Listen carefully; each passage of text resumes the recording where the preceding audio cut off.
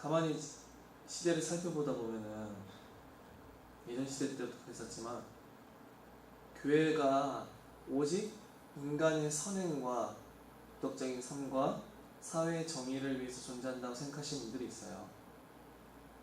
교회의 존재 목적은 단지 세상에서의 정의를 실현하고 세상에서 조금 더 도덕적인 삶을 살아가는 것이고 조금 더 어려운 사람을 도우면서 선행을 행하는 그것으로 교회의 본질을 생각하는 사람들이 있어 왔어요. 그렇다면 그것이 교회의 본질이냐? 이것들은 제가 말씀드린 도덕적인 삶, 선행, 구제, 봉사, 사회의 공의와 정의를 바로 세우는 이 모든 일들은 이 사회 가운데 매우 필요한 일들이고 또 사랑에서 비롯된 것이기에 하나님께 아름다운 일을 할 수 있을 거예요. 그죠? 하지만 이것이 교회의 본질이 아니라는 것을 저희는 알 수 있어야 돼요. 만약 이런 것들이 교회의 본질이라고 말한다면 선한 행위를 가르치는 다른 종교들, 사회의 복지를 열심히 실현하고 있는 복지단체들, 사회 정의를 부르짖는 여러 단체들과 교회는 다를 바가 없어질 거예요. 그죠? 차이점이 없잖아요. 근데 TV에서 좋은 목사다 이렇게 나오는 분들은 맨날 그런 사람들이에요. 뉴스에서 이 시대에 좋은 목회자가 있다면서 촬영하러 가면은 그런 사람들은 단지 세상 가운데서 그게 좋은 일을 해주고 어려운 사람에 밥을 퍼주고 노숙자들을 돌봐주고 대부분 다 그런 사람들이란 말이죠. 하나님을 모르는 사람들이 볼 때는요 그런 것들이 매우 선해 보여요. 심지어 기독교 내에서도 그런 것들이 더 선해 보이는 거예요. 사회에서 어떠한 선행을 행하는 것, 사회에서 사람들 돕는 것, 우리가 도덕적인 삶을 살아가는 것, 그런 것들이 가장 중요한 것처럼 여기시다 보니까 기독교는 다른 종교들과 마찬가지로 단지 착하게 사는 것이고 단지 살아가면서 사는 것이고 도덕적인 삶을 살아가고 사회 정의를 실현하기만 하면은 그것으로 끝인 것처럼 생각하는 그런 사람들이 있다는 거예요. 이런 것들이 너무나도 사람들 눈에 좋아 보이다 보니까 사람의 이성으로 판단할 때, 인간의 생각으로 판단할 때 이런 것이 너무나도 옳아 보이다 보니까 이것을 교회의 근본이요 본질이라고 생각하는 이런 경우가 발생하게 되는 거예요. 하지만 이런 것들은 교회와 세상을 분리시켜 주지 않아요. 사회 단체들도 할 수 있는 일이고 다른 종교들도 할 수 있는 일이에요. 그럼 기독교와 불교가 무슨 차이가 있겠어요? 그게 종교의 본질이고 기독교의 본질이라 말을 한다면 그렇겠죠. 교회는 세상의 문제를 적극적으로 개입하는 그것이 본질이 아니라 복음을 전파하는 것이 교회의 적극적인 본질이에요. 복음을 전파하고 복음을 수호하고 복음을 영광스럽게 하고 하나님께 영광을 돌리는 게 교회의 본질이란 말이에요. 우리가 사회 정의를 아무리 바로잡는다 하더라도 사회의 많은 불의를 타파하고 이 세상을 정의롭고 공의롭게 만든다고 해서 사람의 부패한 본성은 바뀌질 않아요. 이 세상의 진짜 문제인 인간의 부패한 본성, 인간이 하나님을 대적하고 모든 악을 쫓고 세상을 쫓고 세상에 있는 모든 욕망을 쫓는 그 본성은 변하지를 않아요. 인간이 오직 자기 중심성을 가지고 자신을 위하여서 모든 것을 행하는 하나님의 영광이 아니라 오직 자기를 위해서 모든 것을 행하고 자기를 위한 자기에 의한 모든 것을 행하려고 하는 그 본성은 바뀌지를 않아요. 결국 인간이 이기적이고 그 가운데 있는 부패한 본성은 아무도 치료할 수가 없어요. 그렇다면 사회가 정의로워지면 그들이 영원한 생명을 얻을 수 있느냐? 그렇지도 않아요. 이 사회가 아무리 정의로워진다 할지라도 사람이 영원히 지옥불에 던져지는 죄인이라고 하는 사실은 변할 수가 없어요. 사람이 아무리 사회가 바로잡아진다 하더라도 세상 사람이 아무리 이 세상 가운데서 사회가 바로 돼서 잘 살고 행복하게 산다 할지라도 그들은 부패한 죄인이요 하나님 대적하는 죄인이며 그 결말의 끝은 영원한 사망밖에 존재하지 않아요. 거기서 벗어날 수 있는 사람은 아무도 없어요. 그것뿐이냐? 우리는 단지 선행을 행하는 것이 교회의 본질이라 생각할 수 있는데, 선행을 조금 더 행하면 그게 교회의 전부라고 생각하는 사람들이 있는데, 인간이 우리가 선행을 해서 다른 사람들을 도와준다 할지라도 그 사람들의 죄에 대한 문제에 대해서는 해결해 줄 수가 없어요. 그 사람은 여전히 도움을 받지만 하나님을 대적하는 죄인들이요 영원한 사망에 놓여있는 죄인들이라는 거예요. 우리가 아무리 도덕적인 삶을 강요한다고 해서 한 사람의 부패한 본성을 고칠 수는 없어요. 도덕적인 어떠한 가르침이 사람을 변화시키리라 믿는다고 하면은 세상의 법을 공부한 법관들이 가장 도덕적이 될 거예요. 그죠? 법을 가장 잘하는 사람들이야말로 가장 도덕적이 되지 않나요? 근데 그럴 수가 없어요. 단지 이 세상 가운데서 조금 더 도덕적으로 살게 만들려고 하는 것이 기독교의 본질이라고 말을 한다면은 정작 그 목표가 성취될 수가 없어요. 왜 그러냐? 도덕적인 삶을 아무리 강조하고 가르친다 해서 그것이 사람의 부패한 본성을 바꿀 수 없기 때문에, 그리고 그 삶을 가르친다 해서 사람이 영원한 하나님 앞에서 죄인이어서 영원한 사망에 이른다는 사실은 변함이 없어요.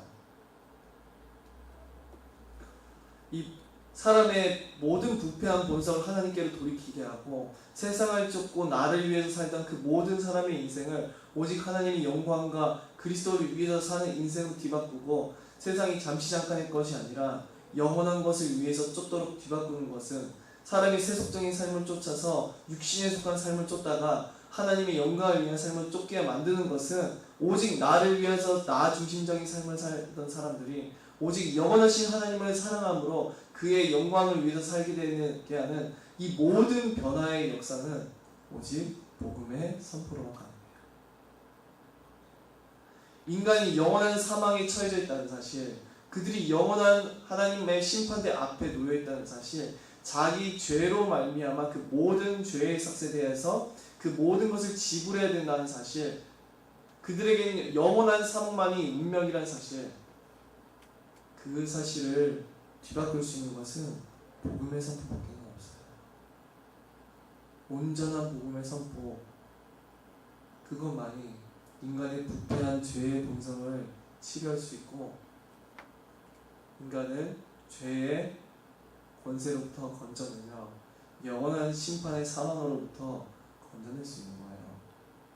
교회의 본질은 그 무엇도 아니라 하나님이 우리에게 주신 복음을 수호하는 것이며 그 참된 복음의 진리를 선포하는 것이고, 목숨을 걸고 그 진리의 복음을 지켜내는 거예요. 모든 세상의 풍조와 모든 사람들과 모든 것이 그 복음을 반대할지라도 그 복음을 수호해내는 게 교회의 역할이에요. 그리스도를 대한 그 믿음에 대하여서 죽인다 할지라도 그 진리를 지켜내고 그 진리를 선포하는 것이 교회였어요. 교회가 왜 죽임을 당했었냐니까 착한 일을 행해서 죽인다는 게 아니에요. 도덕적인 삶을 살지 않아서 죽임당했던 게 아니라 복음의 진리 때문에 순교를 당했고, 복음의 진리를 수호하고 지키고 선포하고 가르치는지라 죽임을 당하고 박해를 받았어요.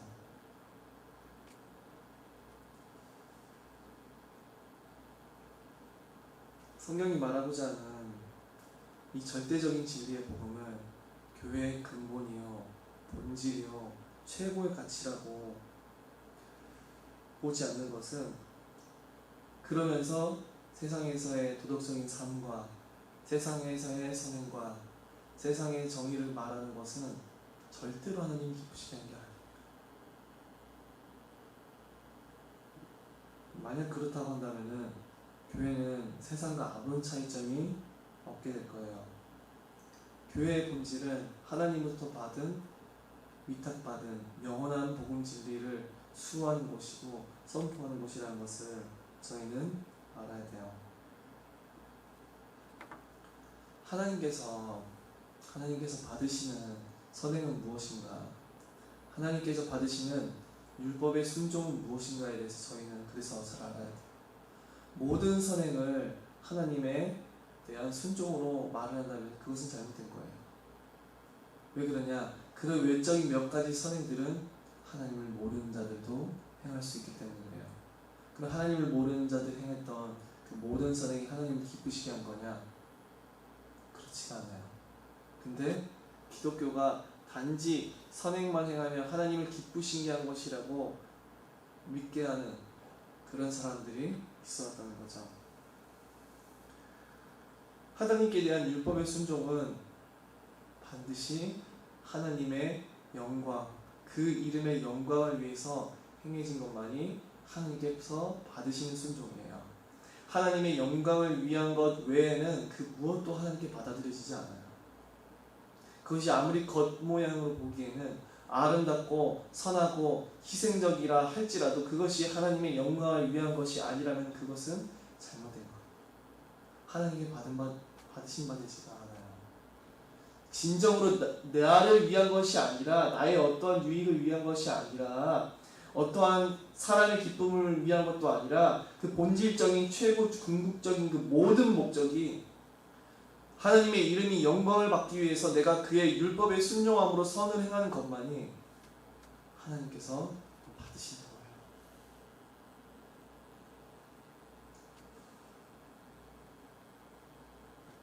내가 행한 모든 선행이 하나님께 받아진다라고 생각한다면 그것은 잘못된 거예요.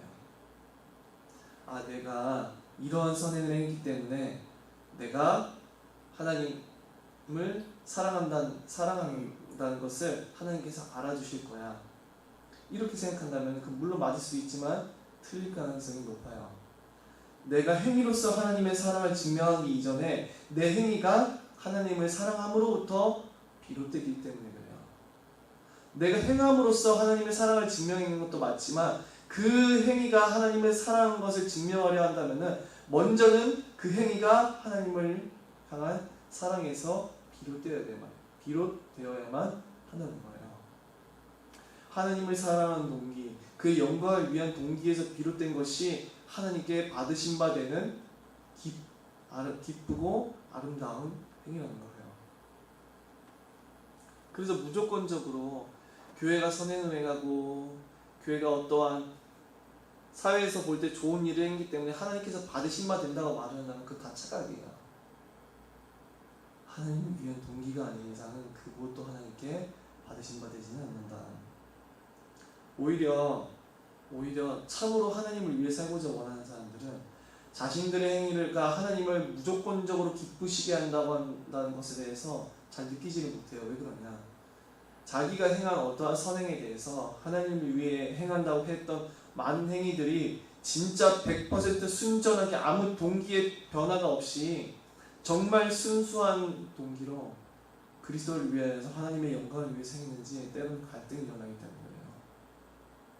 자신 안에 하나님이 아니라 여전히 나를 위한 동기, 그런 것들이 나를 지배하는 것 같아서 때로는 자신이 행함을 많이 나타내고도 하나님 앞에 죄송하다는 말만은 하는 게 사실은 참 구원받은 사람들의 중심이지요. 또한 구원받은 모든 사람들의 동기는 십자가의 복음을 위한 동기예요. 그리스도의 십자가의 복음을 헛되이 여기지 않고자 나를 죄에서 건져내시고 죄로부터 건져내신 그 그리스도의 십자가를 헛되이 여기지 않고자 내가 범죄치 아니하고 나를 의를 행하기 위해서 구원하신 그 그리스도의 무한하신 희생을 헛되이 만들지 않고 영광스럽게 하고자 의를 행하는 거예요. 내가 의를 행해서 그리스도의 십자가가 얼마만큼 영광스러운지를 증명하고자 하는 거예요.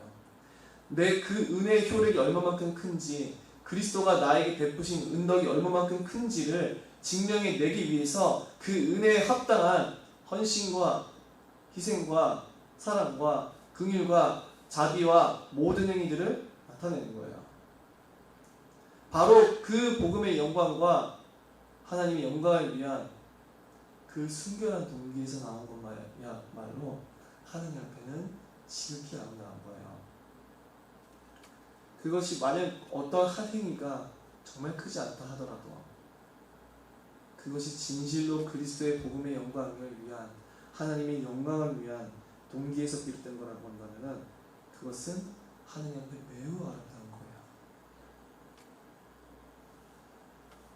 그러니까 예수님께서 성전에서 과부의 헌금을 매우 기뻐하시죠. 부자는 매우 많은 돈을 바쳤는데 그 돈보다도 과부가 바친 소량의 헌금을 기뻐 받으세요. 왜 그러냐? 과부는 자신의 모든 것을 드렸었대요. 그 과부는 모든 것을 바쳐서라도 하나님을 섬기기를 원했어요. 작은 헌신이지만 작은 행위이지만 그 마음의 동기를 보시고 중심을 아시는 하나님께서는 그걸 받으신 거예요. 그 사람이 그 중심을 아세요.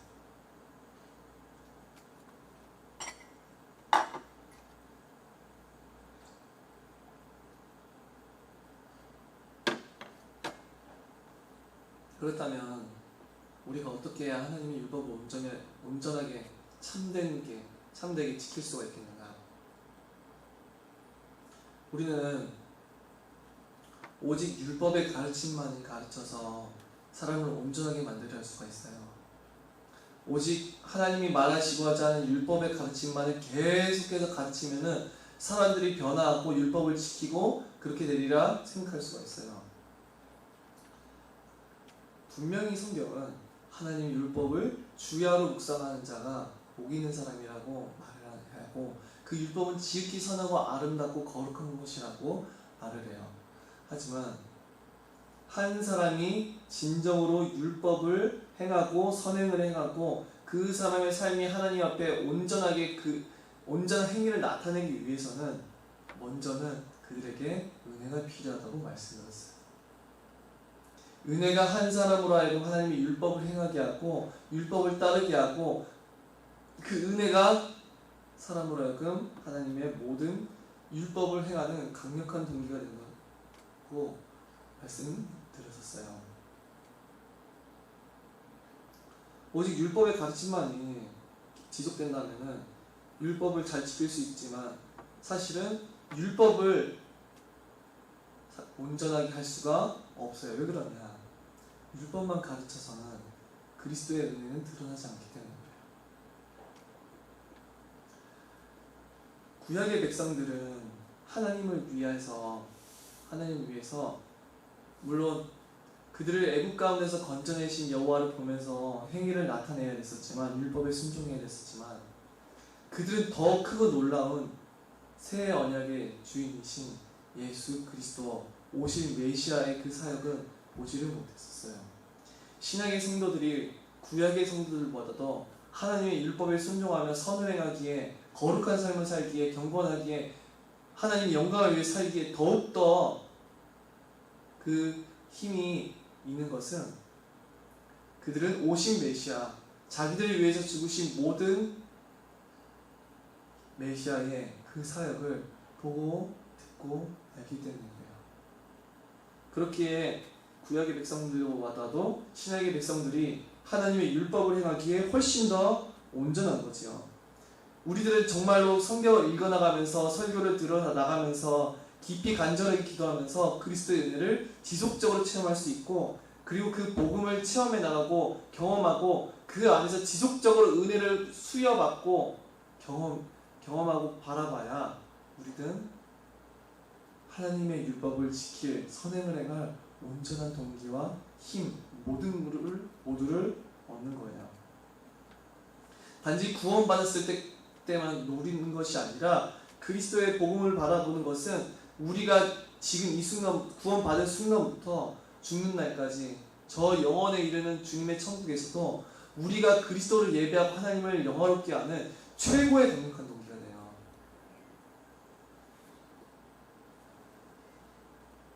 그렇기 때문에 우리는 이 율법을 행하기 위해서 선행을 행하기 위해서 복음을 지속적으로 들어야 되고 복음을 지속적으로 묵상해야 되고 지속적으로 그 복음의 의미를 되새겨야 되고 날마다 죄인을 구원하신 그리스도에 대해서 생각해야 돼요.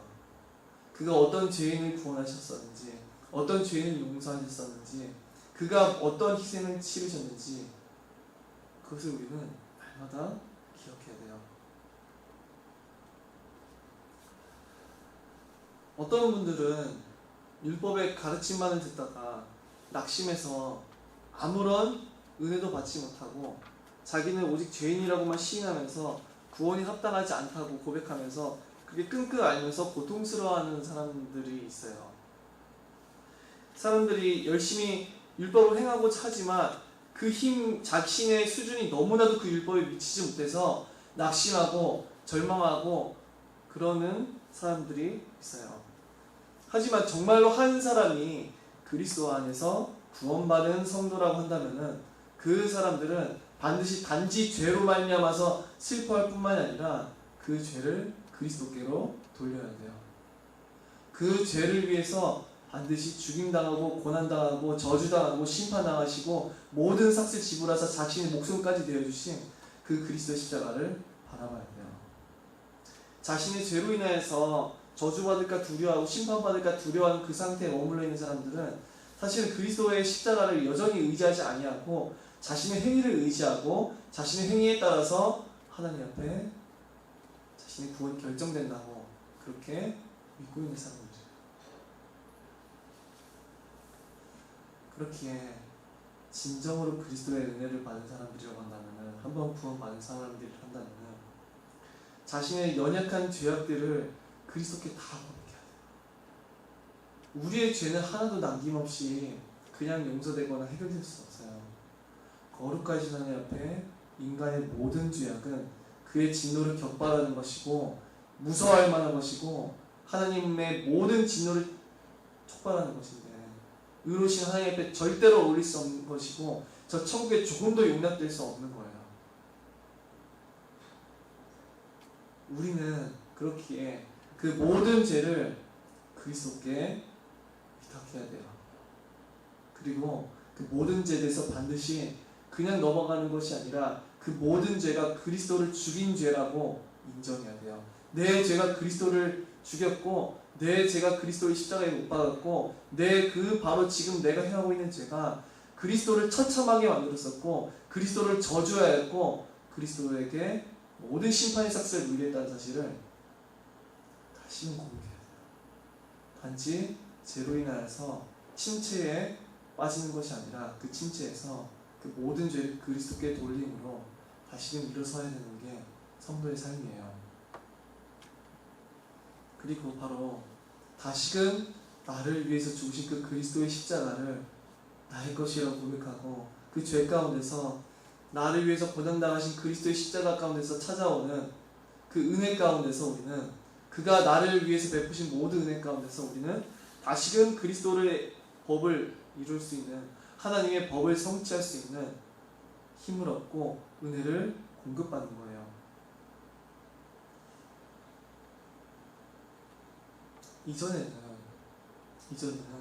우리가 하나님을 모를 때 그리스도의 은혜가 우리에게 만약 없었다라고 한다면 그때는 우리는 오직 공포감으로만 하나님의 율법을 행해야 됐을 거예요. 그렇죠?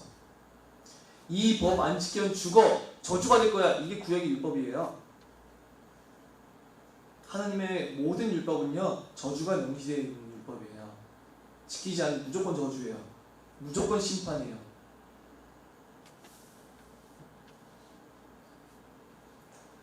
만약 자신의 죄로 말미암아 침체에 빠진 사람들이 있다고 한다면 구약의 백성이 여전히 머물러 있단 말이에요. 머물러 있는 상태라 그 말씀을 드리는 거예요. 나의 모든 죄를, 그 모든 저주의 삭을 그리스도께로 전가해야 돼요. 그것이 되게 염치 없는 거인 거 알아요. 원래 복음은 염치 없는 거예요. 절대적으로 구원의 일을 전적으로 무가치한 죄인을 위해서 죽으시는 분이 바로 예수 그리스도이시고, 전적으로 무가치한 자들을 건져내시기 위해서 무한한 영광의 하나님이 낙분하신 인간의 육신을 취하신 것이 바로 복음이에요.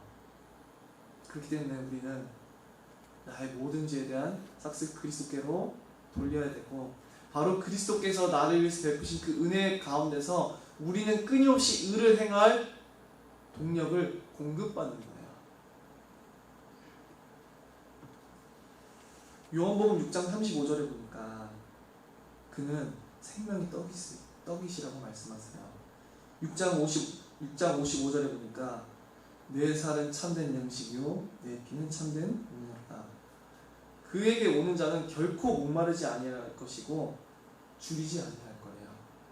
예수 그리스도는 우리의 영원한 양식이시고 영원한 음료래요.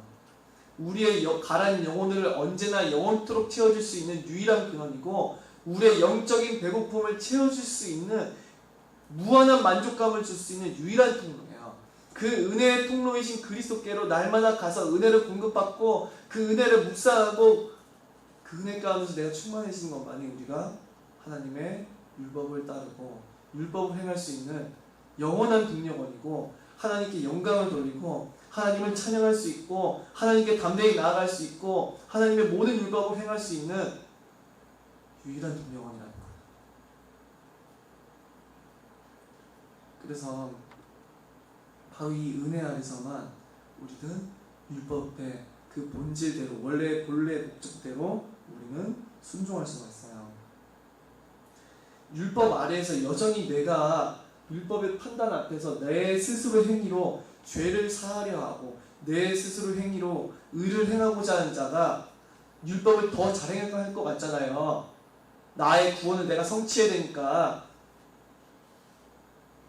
근데 그 사람이 의를 행할 수 있는 것이 아니라 도리어 은혜 아래에 있는 자야말로 하나님의 율법을 성취한다고 성경은 말을 하고 있어요.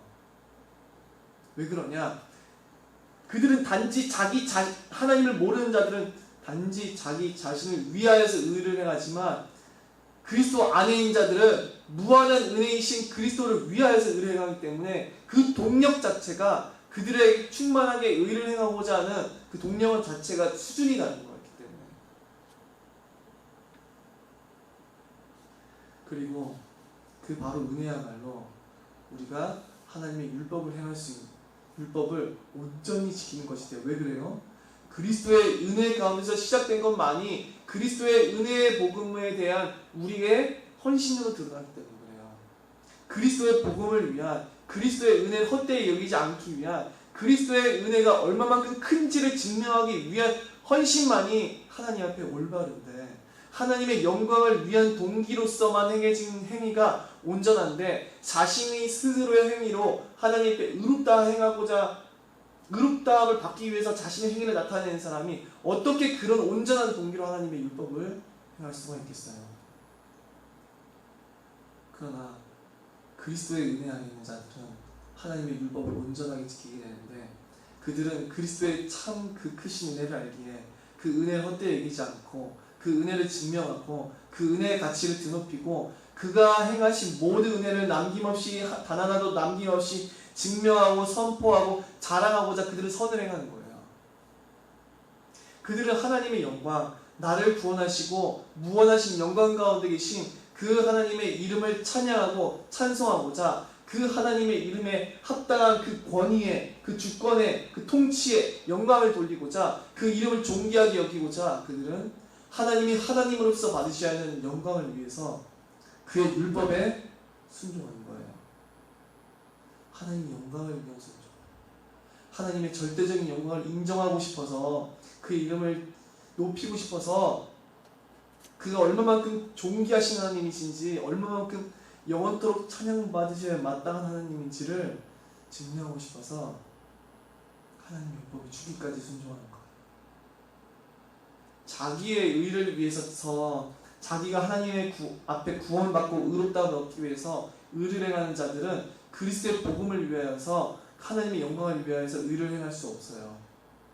오직 은혜 아래 있는 자만이, 오직 나는 무가치한 죄인이고, 전적으로 무가치한 죄인이고, 나는 스스로 아무 의도 잘할 것이 없고, 오직 전적으로 그리스도의 전적인 은혜와 우리 하나님의 전적인 은혜, 우리 삼위 하나님께서 나를 위해서 베푸신 그 모든 은혜만이 나를 구원할 수 있는 것이라 고백한 사람들, 나의 행위가 아니라 전적인 하나님의 선물로 말미암는 은혜로 내가 의롭다함을 얻고 구원함을 얻었다고 믿는 사람들, 나의 가치가 아니라 전적인 그리스도의 공로와 희생으로 구속함을 얻었다고 고백하는 자들이야말로 하나님의 은혜를, 그 은혜로 인하여서 그 복음의 영광을 체험하고 인하여서 하나님의 율법을 온전히 그 본래의 의미대로 지킬 수 있는 거예요.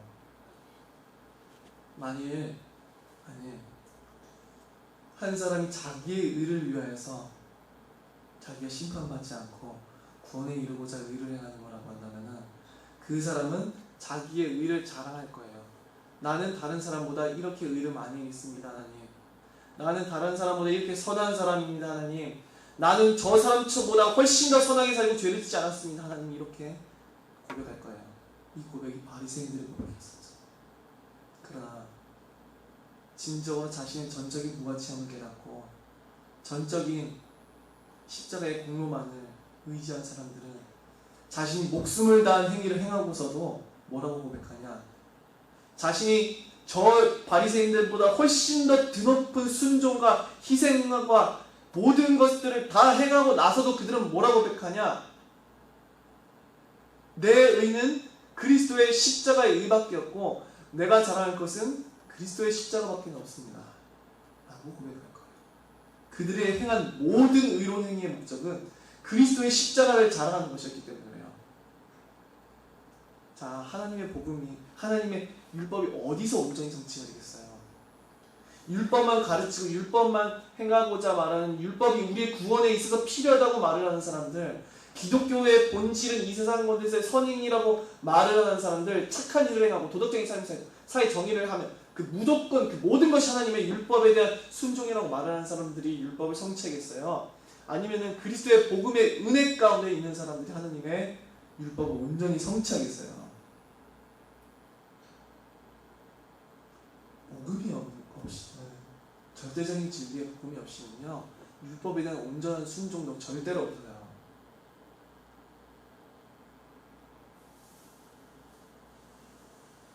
기독교에서요, 하나님의 은혜를 약화시키고 그 진리를 약화시키고 오직 세상에서 착한 일을 행하고 선한 일을 행하고 의를 행하는 것만이 본질이라고 말한다면 그 의도는 아무리 착하고 좋고 선하다 할지라도 하나님을 대적하는 일에 불과해요.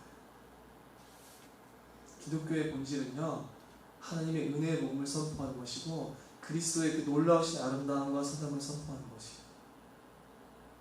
모든 사역자들은요, 먼저 왜 부름받았냐니까 하나님의 복음 전도자예요. 복음을 선포하는 사람들이라고요.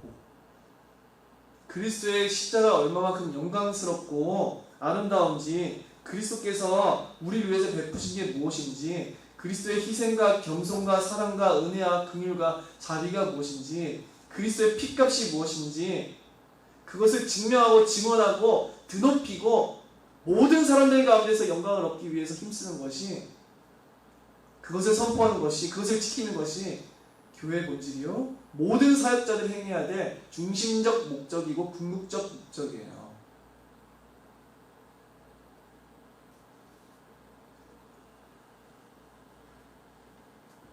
정말 모든 하나님의 말씀 선포해야 되는 사람들이 사실 정말 해야 될 것은 우리 주 예수 그리스도께서 우리를 위해서 베푸신 그 모든 은혜를 단 하나도 남김없이 가장 아름답게 선포하겠다는 거예요. 한순간만이 아니라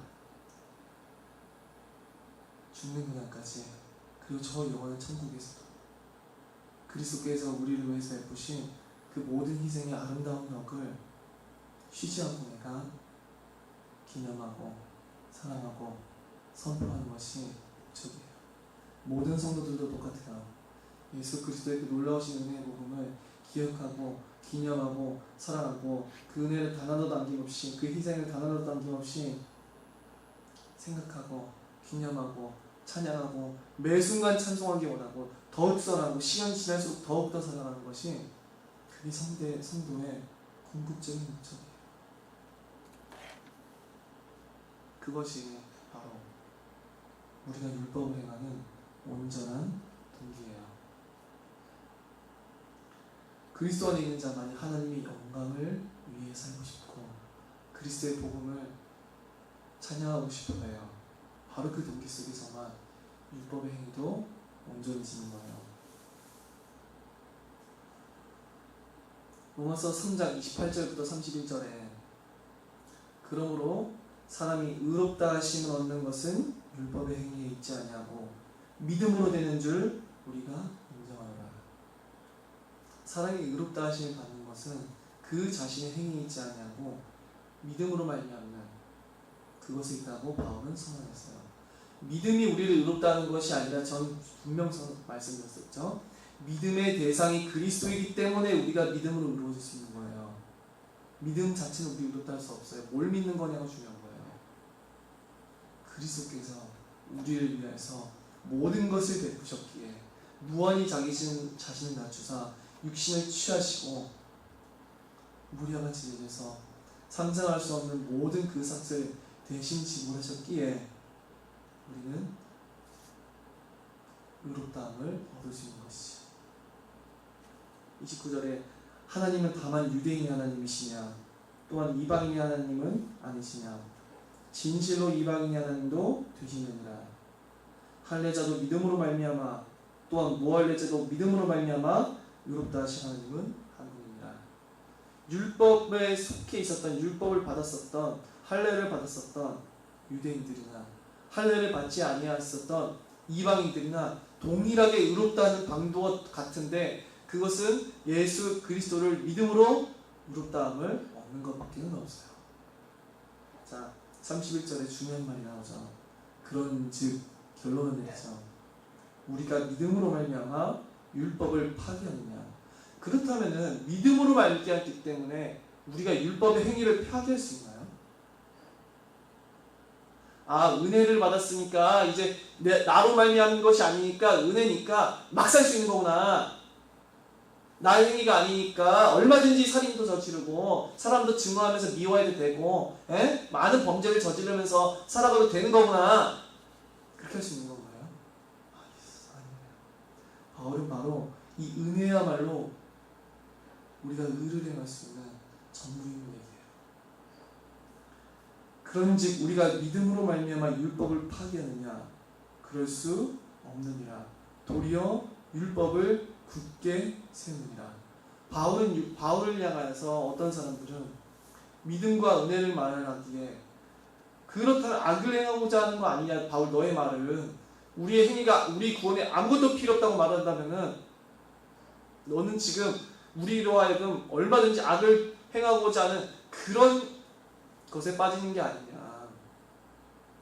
그러나 바울은 분명히 얘기해요. 바로 믿음으로 말미암는 의인, 그리스도의 은혜야말로 하나님의 율법을 굳게 세우는 것이다. 우리는 이것을 정말 잘 알고 있습니다. 기도하시며 말씀 마치겠습니다.